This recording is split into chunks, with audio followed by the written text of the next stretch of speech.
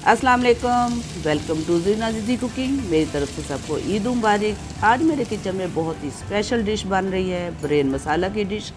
वैसे तो पूरा रमज़ान हमने बहुत मज़े की डिशेस बनाई है, बहुत इन्जॉय किया है, आप लोगों के साथ शेयर भी किया, आप लोगों ने उसको लाइक भी किया। तो आज आप इसको भी देखिएगा। बनाने में बहुत ईजी है, खाने में बहुत ही टेस्टी है। मेरे घर में ये दस्तरखान पे ज़रूर सजती है, ईद बड़ी हो या छोटी हो। तो चले बगैर टाइम वेस्ट की इसको स्टार्ट करते हैं। वीडियो में मेरे साथ रहिएगा।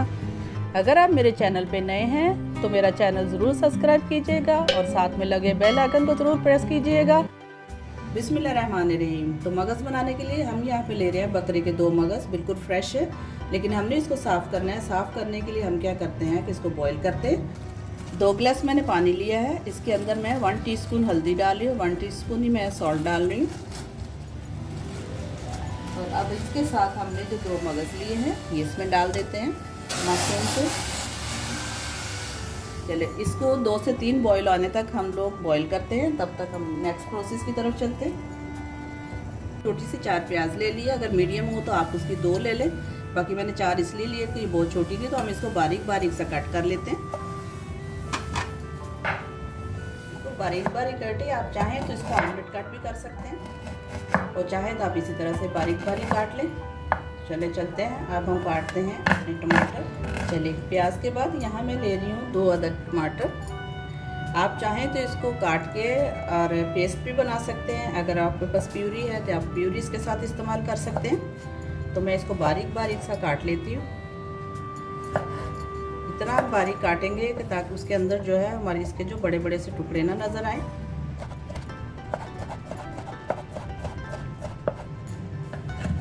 जल्दी से ये उसमें गल जाएंगे टमाटर आपके। चले इसको भी निकाल लेते हैं। हमने जो है हमारा मगज़ जो बॉईल करके निकाल लिया, 2 से 3 दफ़ा हमने इसको बॉईल दिया है और 2 से 3 मिनट ही ये बॉईल हुआ है। तो चले अब हम इसको साफ़ कर लेते हैं। इसकी जो अब इसके ऊपर जो झिल्ली है ये बहुत अच्छी तरह ये सख्त हो गई है, अब ये आराम से निकल जाएगी हमारी इसके साथ। इसको हम स्टिक के साथ निकालते रहेंगे। वैसे मैंने उससे पहले भी सारा अच्छी तरह से साफ़ कर लिया था, लेकिन थोड़ा बहुत जो है वो अब हम स्टिक के साथ निकाल लेते हैं।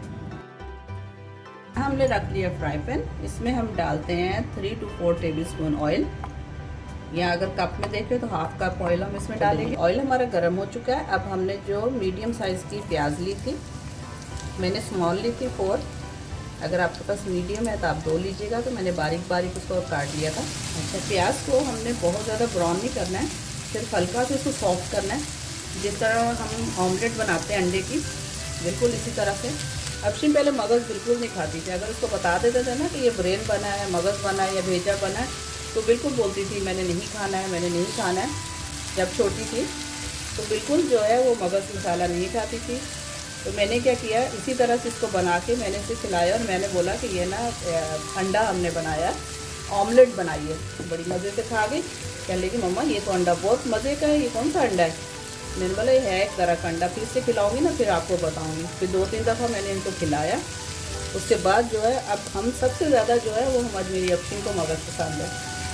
और अब मैं डाली इसमें 1 टेबलस्पून भर के लहसुन अदरक का पेस्ट,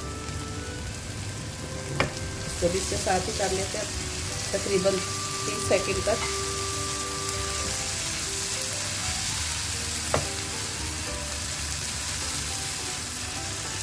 चलो देखो 30 सेकंड इसके भी हो गए। अब इसके साथ मैं डाल रही हूँ, ये मैंने ली थी 2 बड़े साइज़ की टमाटर, इसको हम डालते हैं। अगर आपके पास प्यूरी होता है प्यूरी डाल दें, और नहीं तो इसी तरह इसको आप पेस्ट बना लें, पेस्ट बना के डाल दें। अच्छा, इसको थोड़ा सा हम कवर कर देते हैं, फ्लेम अपना स्लो करके, ताकि जो टमाटर है वो अच्छी तरह से सॉफ्ट हो जाए। मिनट हो गए इसको कवर किए हुए। अब देखिए टमाटर कितने अच्छे से सॉफ्ट हो गए।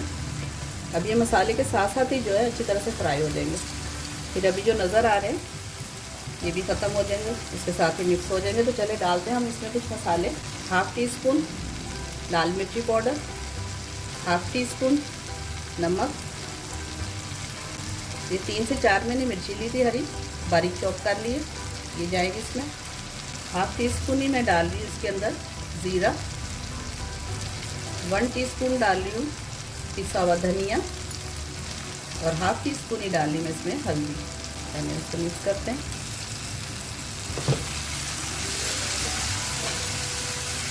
अब इसको थोड़ा सा हम भून लेते हैं ताकि जो हमारे टमाटर है बिल्कुल इसके साथ मिक्स हो जाए। थोड़ा थोड़ा हम इसमें पानी डालते हैं, तकरीबन 1 टेबल स्पून।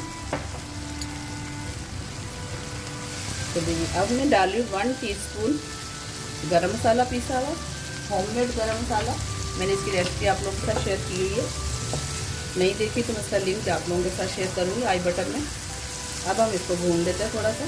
देखिए टमाटर भी हमारे बिल्कुल सॉफ्ट हो गए हैं और अंदर तकरीबन मिक्स हो गए हैं। हमें इसको बहुत ज़्यादा मसाले को भूनने की ज़रूरत नहीं, बस हमने जो हमारे मसाले हैं उसको पकाना है, कच्चापन नहीं उसमें रहे। जो ये टमाटर नज़र आ रहा है उसको मैं इस तरह से मिक्स करती जा रही हूँ। बहुत इजी रेसिपी है, बनाइएगा ज़रूर। चले मैंने तो आपको बताया कि हमारी ईद पे जो है, जो भी ईद हो उस पर मदर ज़रूर बनता है, सभी लोग बहुत पसंद करते हैं। तो आपकी ईद पे ऐसी क्या स्पेशलिटी है कि वो हर हाल में बनता है, ज़रूर बताइएगा मुझे कमेंट्स में। अच्छा यहाँ देखिए मैंने जो इसके पीसीस कर लिए थे मगज़ के, ये हम इसमें डाल देते हैं।